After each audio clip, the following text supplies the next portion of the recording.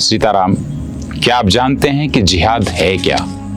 जिहाद, जिसे पवित्र युद्ध कहा जाता है, कुरान और हदीस के अनुसार, अल्लाह के हुक्म के अनुसार इस्लाम के लिए लड़ना ही जिहाद है। काफिरों का तब तक उत्पीड़न करो जब तक वह अल्लाह का धर्म स्वीकार न करे, जिहाद है।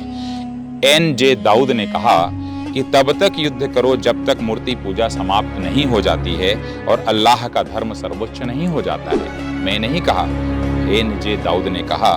शेख अब्दुल्ला बिन मोहम्मद बिन हुमैद, सऊदी अरब के न्यायाधीश, ने कहा था कि जिहाद किसी व्यक्ति द्वारा अपनी ओर से दी जाने वाली सर्वोत्तम वस्तु है।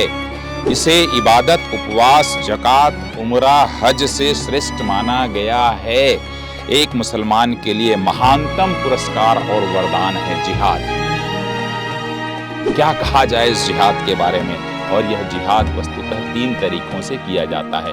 एक होता है दिल से जिहाद, एक होता है हाथ से जिहाद अर्थात हथियारों से जिहाद, और एक होता है मुंह से अर्थात भाषण से जिहाद। जिहाद अर्थात होता है इम्तिहान, परीक्षा। यह तब तक जारी रहना चाहिए जब तक कि दूसरे धर्म का व्यक्ति इस्लाम को कबूल नहीं कर लेता है। और जो मुसलमान इस जिहाद की प्रक्रिया में लगे रहते हैं और किसी को जिहादी नहीं बना पाते, उनकी मृत्यु हो जाती है, तो उन्हें अल्लाह जन्नत में प्रवेश दे देता है। यह कैसा जिहाद है? यह समझ से परे है।